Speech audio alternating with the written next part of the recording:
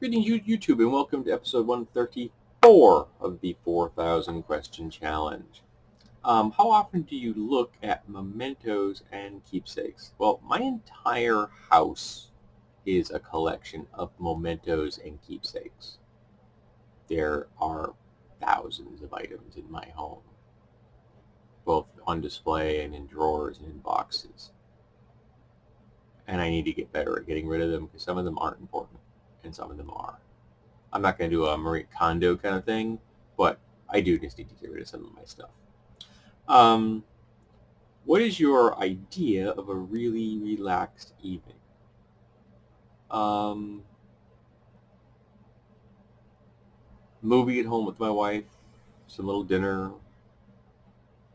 more movies with my wife, fruit smoothie, tucking my wife in, and then I hang out in here for a while before I go to bed, which is a Saturday night for me. That's what I do every Saturday night. I have a weird sleep schedule on the weekend because I normally work nights. What special event would you like a VIP a pass to attend? Special event. Hmm.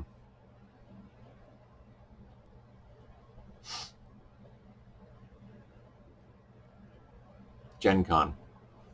What book would you like to memorize?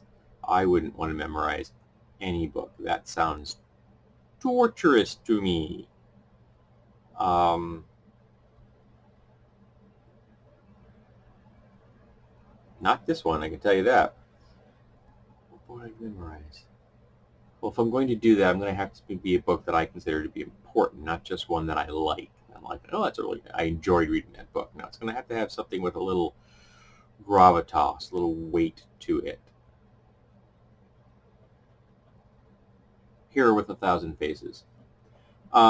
Records, CDs, and tapes. Are yours organized alphabetically or by music type or not organized? Um, they're becoming organized as we rip them and put them on our Brennan B2, but they are not organized at the moment. Who is an entertainer everybody loves but you? Ooh. So, a popular person that I just don't dig. A person that I don't dig.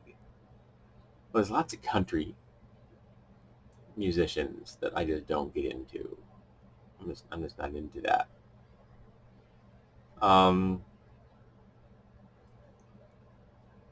there's a lot of K-pop and J-pop bands that are, world famous that I've never heard of. It's not to be somebody that everybody's heard of, but I don't like them for whatever reason. Hmm, that's a tough one. Because I got to tell you, well, even though if I don't like a style of music, even if I don't like an artist, my attitude is like I'm just not going to listen to them.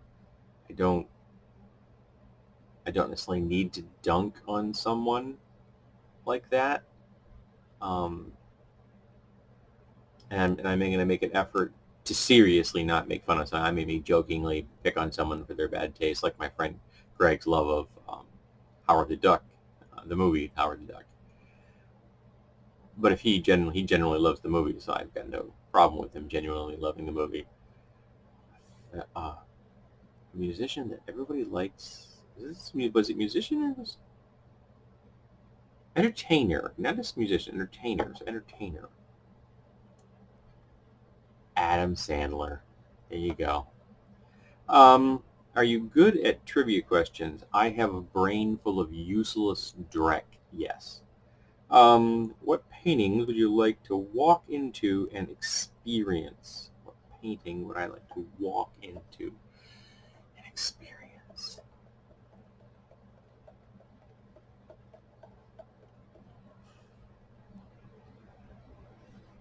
Hmm.